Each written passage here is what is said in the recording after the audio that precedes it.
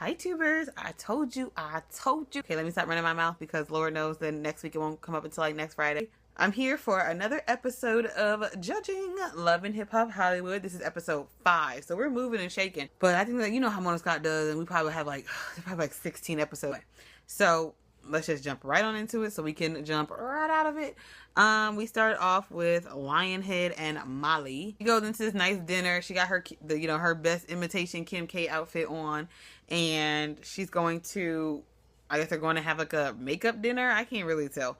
And so he's got the red box, which for those that are uninformed, that's Cartier, except for it wasn't Cartier. She opened that box like he went to Home Depot because he went and got her doubles made. And it's just so funny because Masika got the same pair of keys. How cute. He must have got that double deal, make 2 keys, get the third one free or something. Celebrities watch these videos because he must have heard my Shaw comment because he showed it trying to clean up that their oral transaction was one way, darling. He did not do nothing for her. So, Lionhead can continue to drink off his cups because she probably put that on hiatus. She tried to talk about the fact that Masika and him were together now 2 months, but I did the math, honey, and 2 months it's like 10% of your relationship. She was telling him that basically what she would like, what would make her forgive him, is if they can basically confront and therefore shame Masika together, and you could just see the death on his face, like, man, I ain't gonna be able to screw her ever again.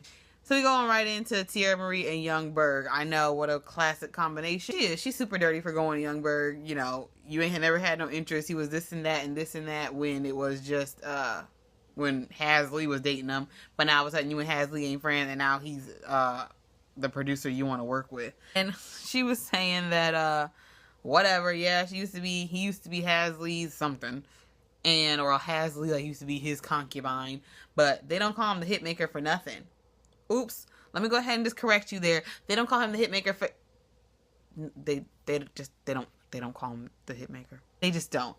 And you find out that her and Young Berg actually have beef of their own outside of Hasley. So you know that she's just doing it for revenge. Straight Messarella for that. And then so he said, you're a great vocalist and singer. I'm going to tell you, you're going to be waitlisted. You're not in yet, but you are definitely waitlisted for the Little Fizz Remedial School of the Arts. So congratulations to you, Young Berg, because I feel like she is also a great vocalist and singer. And I am also, a great, thespian and actor. I don't know why, and I've always wanted to ask this, but I couldn't put my finger on what it was. But like, why does it always look like Young Berg is wearing foundation? That is like the smoothest skin on a man I ever noticed. Like, you have no stubble, you have no discoloration, no gunshot wounds. Like, I want his foundation. Like, forget Mac, forget that Ben Nye stuff. Like, I want Young Berg. He need to be the foundation maker, not the hit maker.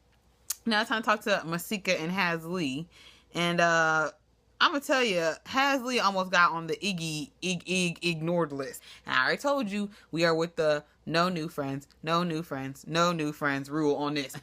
But I realized, oh, that's Hasley. Okay, she got the brown today. But I almost shrugged. I realized I have a theory about why Masika ain't never got no voice, but I digress. I was mad, glad, and sad because my girl Masika really pulled out the stop, and she called my girl Lionhead Nicki Minaj. I said, oh, you got some points. However, I would be remiss if I didn't get you together, because if Lionhead is Nicki Minaj, you gonna have to be Rihanna today. Now we go over to Lionhead and Tierra Marie, and they give her an intro. I don't understand, like, Mona Scott Young uses like quarterly games or something to decide when she gonna do these weird little fuzzy shot cameos. But either way, they try to show these construction workers, and them construction workers did not look turned on. They look confused, like, that is a lot of our plaster in one person. Tierra Marie tried to like throw a little bit of shade, like, oh yeah, I was like, don't hit that new nose. I was like, ooh, you shade queen. But of course, Lionhead, it went right over her Lionhead, and she just focused on the fact that Stepchild shared her pictures, which, like I said, was dirty as heck, and I have no idea why she did it. Now we go over to Omarion and April, and I gotta tell you, like, unless it is extremely necessary, I feel like I'm not commenting on this storyline no more, because I am just in Snoresville. I don't care. At the end of the day, she gonna have to get some sort of relationship with his mom, because he's a super mama's boy. And at the end of the day, April ain't going nowhere because she got his child, and therefore all of his earnings. I just don't care. I'm not interested in the storyline no more. But there were a couple things that were worth mentioning in this scene. Omarion tells her that it's the extra strip of testosterone in in April because of his son. Because of her being pregnant, she has a little bit more being pregnant with a boy, she has a little bit more testosterone, which makes her more aggressive. And I died. I rewinded it and died again. I did it again and again. OBGY Marion, and I can't live. She's saying that, you know, at the baby shower, he should have checked his mama. And he was like, how you know I didn't? Cause I have ears and you didn't. And he says, oh, well, I'm going to handle it. You need to trust me. Be quiet. And then they showed her being quiet. Like, y'all edited the hell out of that. Because if April is a black woman, and if April is how she seems to be, like, that was not the end of that conversation. But go ahead, Mona. Try and trick us and act like that he told her to be quiet, and she really did. I know I wouldn't. Now we go over to the showdown between Lionhead and Stepchild. And like I said last episode, and I was not wrong, I was disappointed. Because not too much really happened. Quickly before their showdown happened, Lionhead is on pimp mode today, and she got a string of girls behind her. But I was like, is that tall girl pregnant? But then I realized, like, Spanx probably was not an endorser of this show, and so they was like, you can't use our stuff. Finally, the showdown comes with Morgan, and basically, like, Lionhead says everything, and Morgan says, like, nothing. Talking about she gonna go after Tierra Marie. No, you're not, because Tierra Marie is crazy. Dawn ain't one, like, she's crazy. She's gonna kick your ass if you try to talk to her. So let's stop trying to lie. But we all know straight up everything that Lionhead is saying is exactly what you did. So stop lying. I hated that. I hated that look on Stepchild. I really wanted to like her. I don't like her, but I wanted to feel for her a little bit of being the only average chick in this, you know, plastic world. But she just was super messy and then just real immature in trying to defend her messiness. And I was just completely OVA over. Right on into Hasley, Moniece, and Massacre. Yes. See, I'm telling you, that's why nobody else allowed to be on here. Massacre basically runs down to Moniece about all the stuff that Youngberg has done to Hasley. And Hasley, as always, looked like a deer in headlights. Just a sad, sad bystander. And so Hasley's like, yeah, or Moniece says that basically she used to know about Youngberg in the day. And Youngberg, like has been already said, is the only person being consistent. And he's been this way even way back in the day. And so Hasley says, well, you don't understand, like, I love him. And he loves me. Girl, that's where you mess up. You can say you love him all day long. You know how you feel. But you cannot keep saying he loves you. Because, gal, he don't love you. Go find another nice waffle color man and go live in the sun together. What's the problem? She loves him and all, but she is about to move on. But she just basically, now she's trying to spin it and say she only puts up with his stuff because she's getting hot music from him. She's going to keep dealing with his mess so she can get hot music. Oops. Let me go ahead and fill you in on that, Hasley. Tierra Marie is getting hot music from him and ain't sleep with him. Everything was going cool. You know, Hasley was saying she over him, which we all know she's not. But what made me mad, what made my record skip a little bit, was Moniece was there and say, here's what you do. Oh, let me stop you right there, honey. Let me Drake stop you. Because I've never taken revenge advice from a chick who's a pro couch surfer. I want no advice from you. Like, in fact, whatever you literally say from here on out, I'm doing the opposite of. Because I want nothing to do with your life or the likes of it. Now we go over to Messy Jessie and Stepchild. I thought that maybe I was going to have room on the roster for one more new person, because I thought Messy Jessie wasn't coming back, but apparently she is. Stepchild come and cries the blues to Messy Jessie, which is stupid because her name is Messy Jessie. It was messed up because it was pretty much obvious right there that Stepchild loved Ray J, and that was super sad because Ray J is never gonna love Stepchild. Maybe when he old and gray and like literally used all the sperm he possesses, like maybe then, you know, that's how it always is. Like the girl who's down for you your whole career and watches you screw chick after chick after chick.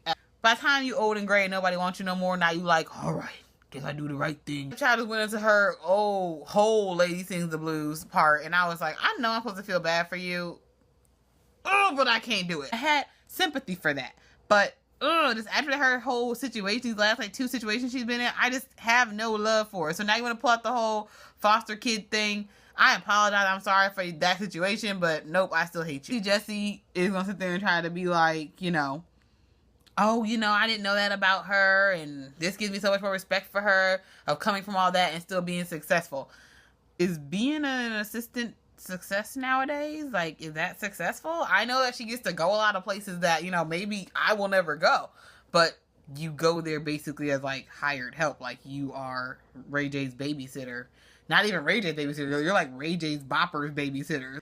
Moving on to Hasley finally confronting Young Berg. You know this is never going to turn out good because he's just like, you want to watch a girl get slapped in the face? Okay, let's watch this. Must admit, I hated her waffle face and hair combo, but I'm glad the blonde is back after seeing her with that brown for a little bit. I'm actually happy to see the platinum again. So she's telling him, you know, I can't believe you're working with Tia Marie. And he's like offended that she even tried to bring up at all how he makes his money, which is a sign you're not his girlfriend. He tells her basically like, you know, this is how I make my money. You know, she's an artist, I'm a producer-ish, and that's what artists work with producers. That's what happens. Granted, you don't have to work with the one that she hates. These girls like light switches, and you know, if he lets his money be affected by they fighting or they not, he will never make any money. So he got a point. I hate to say it, but he's got a point. Basically, you know, I'm working with her. It's not like you heard that I'm having sex with her. But honestly, knowing him, he would probably tell her he's having sex with her and still wait for her to get over because he's not your boyfriend. How in the heck is this slimy bro actually making you look bad? Like, I don't understand, but